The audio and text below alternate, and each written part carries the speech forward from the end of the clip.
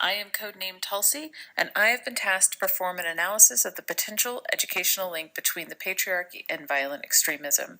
I'm delivering that analysis to Secretary of State Mike Pompeo, and the patriarchy is a systemic bias where men are assumed to be the natural leaders and decision makers in nearly every societal sphere, from home to employment to government to religion. Patriarchal societies develop institutional barriers that restrict the rights of women, and girls in developing nations are not educated due to these patriarchal power structures.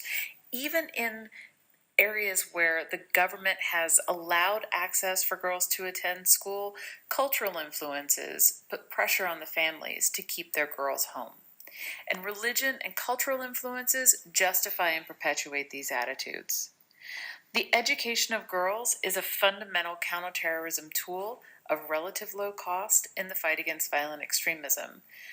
Literacy and education increase progressive and tolerant attitudes towards others, and educated mothers raise literate children who value critical thinking skills, have greater economic mobility, and are therefore better equipped to resist the lure of radicalization.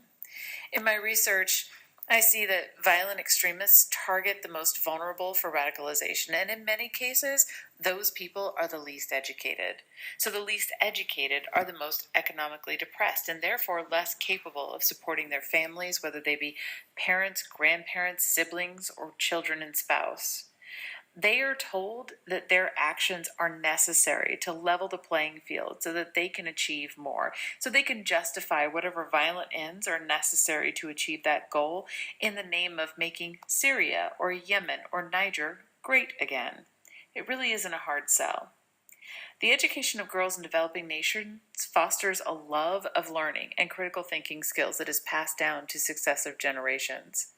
Education provides a foundation for financial independence where women become producers and consumers, which benefits their families and their communities, and they gain greater tolerance for and understanding of these other cultures. They can see their place in the world and understand the ways in which they are geographically or culturally disadvantaged. So this can lead to them becoming advocates for the expansion of human rights for others. It truly is the gift that keeps on giving. So my key judgments are that women are historically oppressed by the patriarchy. Educated women gain financial autonomy that redounds to their children and community, and education breeds tolerance and understanding. And all these things come together in a confluence of lifting people out of poverty. A rising tide lifts all boats, but also giving people the opportunity to resist that lure of being radicalized. And the potential outcomes are pretty easy too. It's pretty straightforward. It's most cost effective to fight violent extremism through education than through traditional military channels. And we can continue to fight these wars and wage these conflicts where we all see that we're all justified. We're attacked, so we counterattack. They feel attacked. Their culture is attacked, so they fight back. And it's getting us nowhere. So the educating girls creates generations of educated people who are more inclined towards peace. That has to be the ultimate goal.